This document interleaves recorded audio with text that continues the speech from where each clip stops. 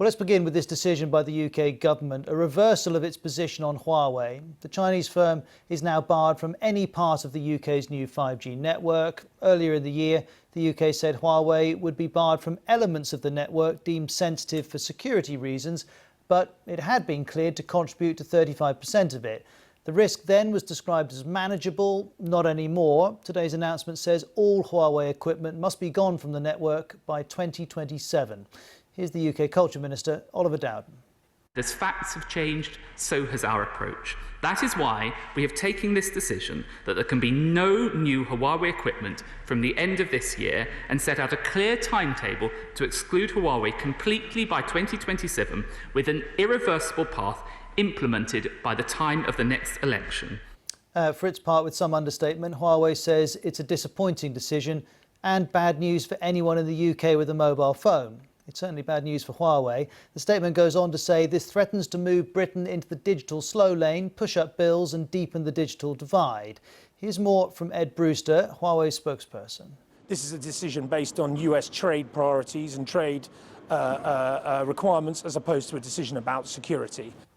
So Huawei says this is all about US trade. Well, we know Washington has been urging the UK to take this decision. The Trump administration claims Huawei provides a gateway for China to spy on and potentially attack countries that use its equipment. The US has also imposed sanctions designed to disrupt Huawei's ability to get its own chips manufactured. Here's Oliver Dowden on that issue. The new US measures restrict Huawei's ability to produce important products using US technology or software. Given the uncertainty that this creates around Huawei's supply chain, the UK can no longer be confident it will be able to guarantee the security of future Huawei 5G equipment affected by the change in US foreign direct product rules.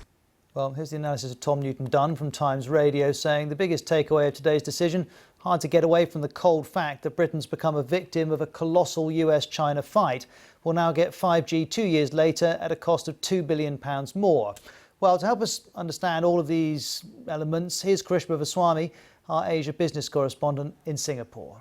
It's precisely because of the access to technology from the United States that Huawei, because of the sanctions that Washington has imposed, would not be able to use. And that's what's concerning countries like the UK going forward. It's not just simply about the national security threat, although, the pressure from Washington has been a big reason why countries like the UK have been re-looking at Huawei in its 5G networks. It's also the tech access behind it. So this is a commercial decision, but with very real political undertones. And politics is certainly part of this story. Here's the reaction from the US ambassador to the UK. Britain's decision to protect its national security by banning Huawei from its 5G network is also a win for fair trade and human rights. Well, to explain why the US is so worried about Huawei, let's hear from Jameson Greer, who's a former chief of staff to the US Global Trade Representative. What policymakers understand, at least from the public record that's available, and I think they're all very comfortable with what's on the public record, is a long-standing, really relationship between Huawei and Chinese security services and the Chinese government. You can look at this if you review just the personnel who lead Huawei, their senior leadership. You can also look at the idea that Huawei has been subsidized by the Chinese government. They've received tax breaks and incentives and all kinds of things that tie them closely to the Chinese government's industrial policy.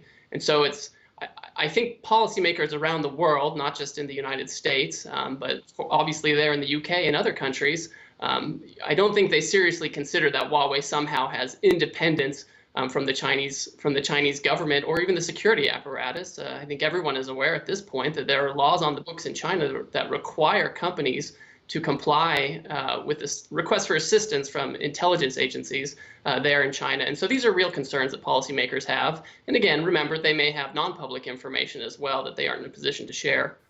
Now, just been getting some reaction from the US Secretary of State Mike Pompeo. He says, with this decision, the UK joins a growing list of countries around the world that are standing up for their national security by prohibiting the use of untrusted, high-risk vendors.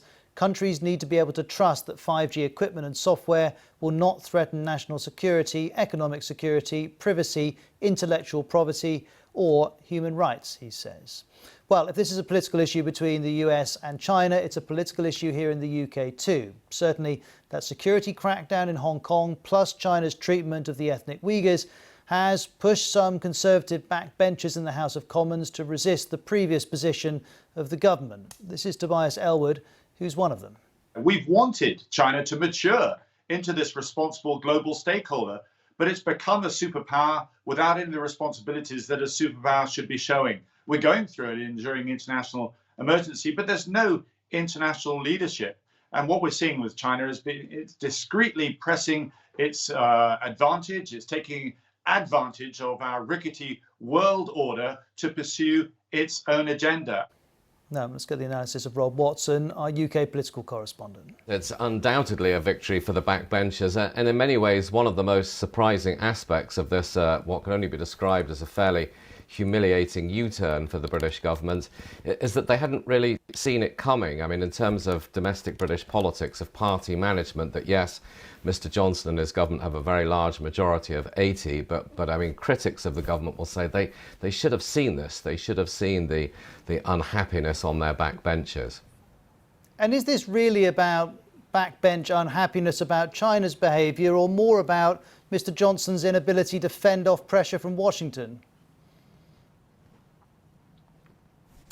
Oh, I think it's undoubtedly a bit of both. As you were quoting Tom Newton-Dunn earlier, and I think he's absolutely spot on. Who would disagree with it? That the first part of the problem the UK faced was that it was in the crossfire, if you like, of a battle between two much bigger powers, the United States and China. But there's no doubt that the second element to it all, why the government had to U-turn, was because of domestic political pressure inside its own governing Conservative Party, which had been building for some months, where it's pretty clear that the mood in the UK is certainly in some parts of the Conservative Party has soured against China over these last few months. And Rob, in terms of the practicalities, are we clear that the UK is able to remove all of Huawei's equipment from the multitude of areas where it's currently present or planned to be present in the coming years? Well, certainly those Conservative MPs who are not very happy about Huawei having any role in it, they're somewhat sceptical, and they'll be wanting to see that. And of course, the main telecoms company in this country, BT, has said it won't be easy. But I think it's really interesting, Ross, because in many ways this highlights, if you like, the problem that the UK faces is both a practical one, which is what do you do about upgrading its telecoms, how much delay is there going to be, how much extra cost will there be. But I think there's also, if you like, a diplomatic, a geopolitical challenge that's come up for the UK government that may be even bigger. And that is, it's perhaps the first instance of some of the perils it faces in a post-Brexit world, because it's now clear that the UK is going to have more difficult trading conditions with the European Union. The Vote Leave campaign, and many of them are now in place in Downing Street, have talked about these opportunities of doing trade with other bits of the world, big markets like China.